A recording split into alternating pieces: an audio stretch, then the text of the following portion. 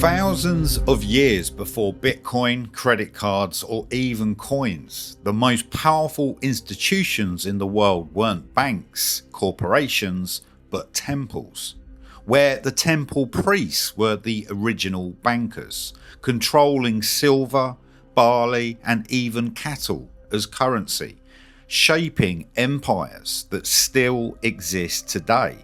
But how do these dominant empires hold so much power over humanity through such an artificially created system? Historically, money has always been used as a form of control, but in today's age, the banking cartels have completely corrupted the value of money, devaluing human worth, which has psychologically broken civilizations, leading to continual corruption that spirals down into society. Within the Cambridge Ancient History 1924 Volume 1, it states, "The sellers are called the eaters of the silver of the field." This was etched on a cuneiform tablet dating back to around 3000 BC.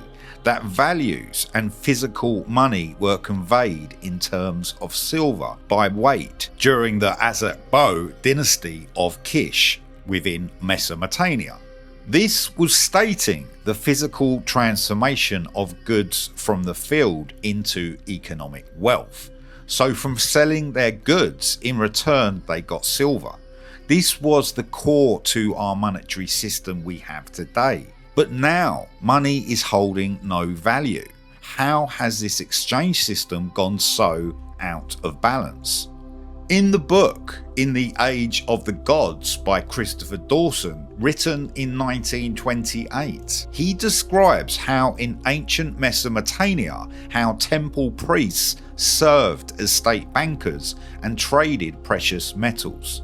Originally, the state and the temple corporations were the only bodies which possessed the necessary stability and resources for establishing widespread commercial relations.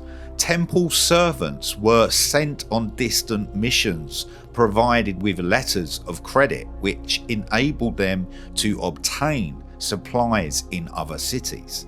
Moreover, the temple was the bank of the community through which money could be lent at interest and advances made to the farmer on the security of his crop. Thus, in the course of the 3rd millennium, there grew up in Mesopotamia a regular money economy based on precious metals as standards of exchange, which stimulated private wealth and enterprise and led to real capitalist development. So these temples were not only used for prayer and other rituals, they were used as a type of bank that stored, tracked and valued its precious metals. These temples still exist today, but just in a different form. Some still reflect these archaic structures, but in modern day, city skyscrapers reshape our skylines, changing the way the light moves, working with geometry and angles. Although these are not stone temples, these city skyscrapers are structures reflecting a sense of power and dominance that is shaping society through occult knowledge that we are not meant to understand. In ancient Sumeria, which is modern Iraq today, cattle functioned as a primary currency, with cattle births representing interest payments. The livestock-based economy supported a complex system of rural debts where peasants repaid obligations to divine temple priests or palaces using barley or silver. Specific province and meadow loans often arose from unpaid religious or royal offerings. To maintain social stability and to prevent revolts against the monarchs, they would periodically cancel these debts, ensuring the peasantry remained economically viable. In ancient Sumeria, temple priests managed sophisticated financial systems, issuing interest-bearing loans and compounding interest upon interest for farmers who secured debts with livestock and crops. The temples acted as fortified treasuries, storing gold, silver and precious stones within large houses of eternal wealth. To facilitate trade, tablet writers etched clay tablets and created tokens that functioned as symbolic money. These records, along with physical currency like silver, rings, coils and blocks, were meticulously organised in dedicated tablet houses and copper containers to ensure the stability of the theological economy. Emerging around 3750 BC, the Sumerian monetary system relied on symbol money and fixed exchange rates to stabilise the economy. Priests managed this system using barley as the primary currency for wages and debt. High value trade utilised physical silver in the form of rings, coils and blocks, weighed by units such as 8 grams, 520 grams and 34 kilograms. Temple priests tracked inventories and debts using cuneiform on clay tablets and tokens encased in envelopes. Financial structures were rigorous, with interest rates at 20% for silver and 33.3% for barley.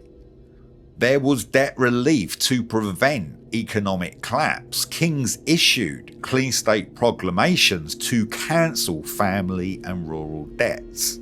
By 2580 BC, while minted coins did not yet exist, the combination of weighed silver, barley and clay symbol money created a sophisticated medium for audits, credit and trade across the Fertile Crescent. Sumerian economics were the foundational structures to the system we live in today, where now humans are the cattle and traded on the stock market.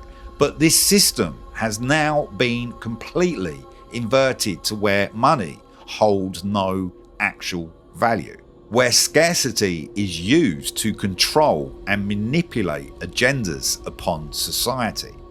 For a healthy, vibrant monetary system, we have to have clean, honest money that is backed by some sort of honest value. Otherwise, there is no way this system can exist in a positive, progressive way. Currently, we are about to enter the biggest economic reset ever within human existence, and many are fast asleep, not realizing what is happening economically. The Sumerian economy laid the blueprint for modern economics, but modern economics has gone way out of control to the point where people take their own life due to the pressure of this artificial system. The Sumerian economy laid the blueprint for modern economics by shifting human civilization away from simple bartering towards a highly organized financial system. But where did the Sumerian financial system come from? Did it just appear from nowhere? Who devised this system? This will be discussed in future videos, so please subscribe for more.